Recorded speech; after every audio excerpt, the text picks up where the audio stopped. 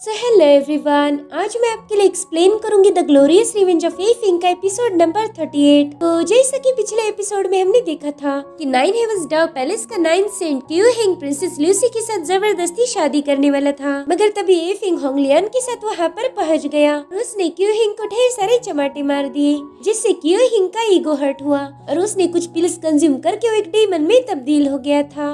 अब आगे तो अब वो पिल कंज्यूम करने की वजह से क्यू हिंग की स्पिरिचुअल पावर 1000 गुना ज्यादा बढ़ चुकी है। प्रिंसेस कह रही थी कि उसके अंदर अब वॉर एम्परर स्टेज की पावर्स आ चुकी है, जिस पर श्वेंग कहने लगती कि शायद इसने हजारों डीमन बीस्ट को एब्जॉर्ब किया है और इसी वजह से इतना पावरफुल बन गया। होंगलियन क्यू हिंग को देखकर बोल रही थी कि मुझे किसी भी एंगल से कोई सेंट नजर नहीं आ रहा, ये तो एक भद्दा सा मेंढक है। इधर क्यू हिंग अपनी पावर शो करते हुए कह रहा था कि आओ और मेरे सामने घुटने टेको ताकि मैं तुम सभी को एक आसान सी मौत दूं, जिसके बाद वो जोर जोर से हंस रहा था। तभी होंगलियन कहती चल हट बदसूरत कहीं के, इतना कहकर उस पर हमला करने चली जाती है, लेकिन क्यू हिंग होंगलियन के हर एक मूव को भाप रहा था, जिसके बाद दोनों भी एक दूसरे पर पंच से अटैक कर देते हैं। लेकिन थोड़ी देर में होंगलियन को महसूस होता है कि इस बंदे के अंदर एक मॉन्स्टर की पावर्स आ चुकी है और तभी ए फिंग पीछे से आकर क्यू हिंग को एक जबरदस्त लात मार देता है। साथ ही उसने होंगलियन को भी संभाल लिया था। वो कहता है कि जल्दबाजी में ऐसी कोई मूव्स का यूज मत करना, जब तक मैं ना बोलूं तब तक तुम कुछ नहीं करोगी, जिस पर वो कहती ठीक है मास्टर। और अब ए फिंग क्यू हिंग का मुकाबला करने के लिए आगे बढ़ता है। उसने अपनी स्वॉर्ड को भी समन कर लिया था। इधर क्यू हिंग हंसते हुए कह रहा था कि जब भी मैं इस फॉर्म में आता हूँ तब मेरा मुकाबला कोई नहीं कर सकता, मैं बन जाता हूँ एक खूंखार शिकारी और ए फिंग तुम बनोगे मेरा शिकार। तो मेरी दोस्त ए फिंग, सबसे पहले मैं तुम्हें एब्जॉर्ब करूंगा और तुम्हारे बाद तुम्हारी इस चमची का नंबर आएगा। इतना ही नहीं, मैं उन सारे सेंट को एब्जॉर्ब करूंगा जो लोग मुझे एक मॉन्स्टर बुलाते हैं। तुम सभी को पता चलेगा कि एक रियल मॉन्स्टर की पावर्स क्या होती है। और ए फिंग, वैसे भी तुम्हें हीरो बनने का बहुत शौक है, तो अब शुरुआत तुम्ही से होगी। जिसके बाद वो ए फिंग पर अटैक करने के लिए भागना शुरू कर देता है। इधर ए फिंग ने उस पर ढेर सारे स्लैश अटैक कर दिए थे, मगर क्यू हिंग उन सभी को डॉज कर रहा था। वो कहता है ए फिंग तुम बहुत स्लो हो, और अब वो ए फिंग के एकदम करीब जाकर वहाँ से गायब हो जाता है। जिसके बाद वो ए फिंग के पीछे से आकर उस पर अटैक करने की कोशिश करता है, मगर ए फिंग ने अपनी सोड उसमें स्टैब कर दी थी,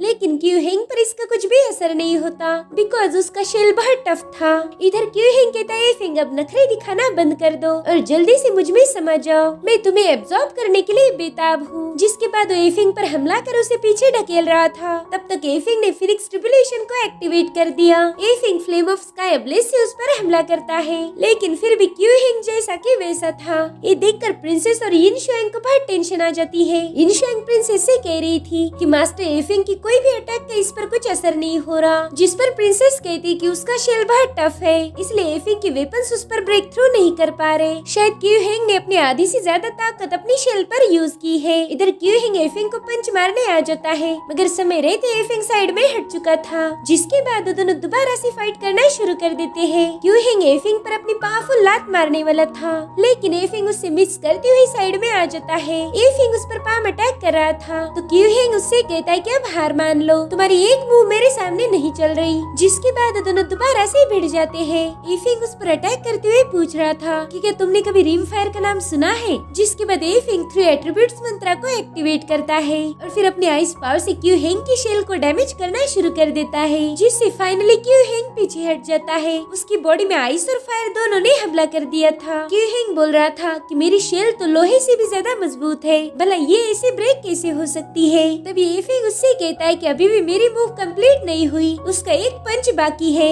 जिसके बाद वो क्यू हिंग के पीछे से आकर उस पर थंडर से अटैक कर देता है, जिससे क्यू हिंग को जबरदस्त दर्द हो रहा था। और तब तक ए फिंग उसके सामने से आकर उस पर एक और अटैक कर देता है, जिससे क्यू हिंग बहुत दूर फेंका जाता है। ए फिंग की थंडर की पावर्स उसकी पूरी बॉडी को डिस्ट्रॉय कर देती है। ये देखकर होंगलियन को काफी खुशी होती है। वो कहती मास्टर आपने तो इसे मार दिया। अब ए फिंग होंगलियन की तरफ जा ही रहा था कि तभी एक गोल्डन चेन उसे जकड़ने की कोशिश करती है, लेकिन होंगलियन ने अपनी पावर की मदद से उस चेन को दूर कर दिया। वो कहते अरे ये तो ड्रैगन की चेन है। वो होंगलियन को उस चेन के बारे में पूछ रहा था, तो होंग उसे बताती है कि ये चेन ड्रैगन की बियर्ड से बनती है, इसलिए अगर आप इस चेन को पकड़ोगे तो ड्रैगन दादाजी को बहुत गुस्सा आएगा। तभी क्यू हिंग कहता है हाँ ये लड़की सही बोल रही है, मेरे पास जो गोल्डन विप है वो ड्रैगन की बियर्ड से ही बना हुआ है। ये हमारे नाइन हेवंस डाउ पैलेस का होली आइटम है, अगर तुमने मुझे ये यूज करने के लिए मजबूर मजबूर किया है, इसका मतलब तुम मेरे एक नंबर के दुश्मन हो, क्योंकि आमतौर पर मैं इसका यूज कभी नहीं करता। जिसके बाद उस विप से जमीन पर अटैक करता है। उस एक ही अटैक में वो जगह डिस्ट्रॉय हो गई थी। एफिंग तो उस विप की पावर देखकर ही काफी हैरान हो जाता है। क्यूहिंग अपनी पावर्स को एक्टिवेट करते हुए कह रहा था कि एफिंग तुम्हें इस विप से बहुत ज्यादा मजा आने वाला है। जिसके बाद उस विप को मल्टीप्लाई कर देता है। वो सारे विप्स इन लोगों को जकड़ने के लिए आगे बढ़ रही थी। प्रिंसेस भी उसमें ट्रैप हो गई थी, जिससे प्रिंसेस को बहुत तकलीफ होने लगती है।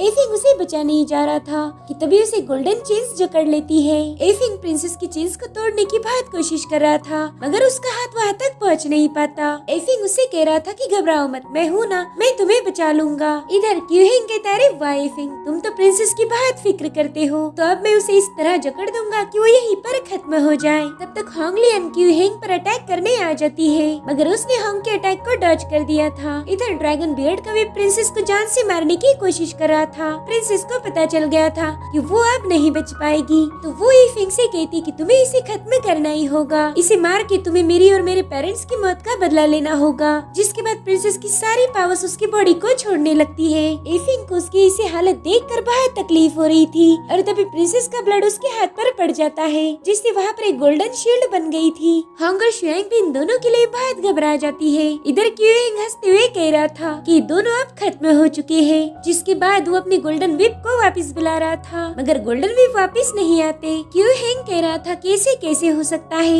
ये मेरे कंट्रोल में क्यों नहीं आ रहे, और तभी उस शील्ड में से गोल्डन ड्रैगन बाहर आ चुका था। साथ ही एफिंग ने खुद को और प्रिंसेस को उस ड्रैगन विप से आजाद करवा लिया था। अब एफिंग हवा में फ्लोट करने लगता है। जिसके बाद ड्रैगन एम्परर की सोल उसकी बॉडी में एंटर करती है, जिससे उसकी गोल्डन ऑरा उस पूरी जगह पर फैल गई थी। और अब हम देखते कि एफिंग का पूरा लुक ही चेंज हो गया है। साथ ही गोल्डन विप भी उसके कंट्रोल में थी। ये देखकर क्यूहिंग को तो अपनी आंखों पर यकीन नहीं हो रहा था। वो अपने ड्रैगन विप को वापस बुलाने लगता है, मगर तभी होंगलियन उससे कहती है कि ड्रैगन विप बस अपने मास्टर की बात मानती है, तो तुम्हारे जैसे घुचू उसे ऑर्डर नहीं दे सकते। इधर एफिंग प्रिंसेस से पूछता है कि बताओ ल्यूसी, तुम इस कुत्ते को कैसी मौत देना चाहती हो? तो प्रिंसेस कहती कि जैसे मुझे मारने वाला था उसी तरह से गोल्डन चेन्स में जकड़कर इसे मार दो। तो एफिंग तुरंत अपने गोल्डन विप को क्यूहिंग को जकड़ने का ऑर्डर देता है। इधर क्यूहिंग वहाँ से भागने की कोशिश कर रहा था, मगर गोल्डन विप उसे ट्रैप कर लेता है। क्यों बोल रहा था कि मैं 9 हेवंस डार्क पैलेस का सेंट हूँ, तुम मुझे मार नहीं सकते।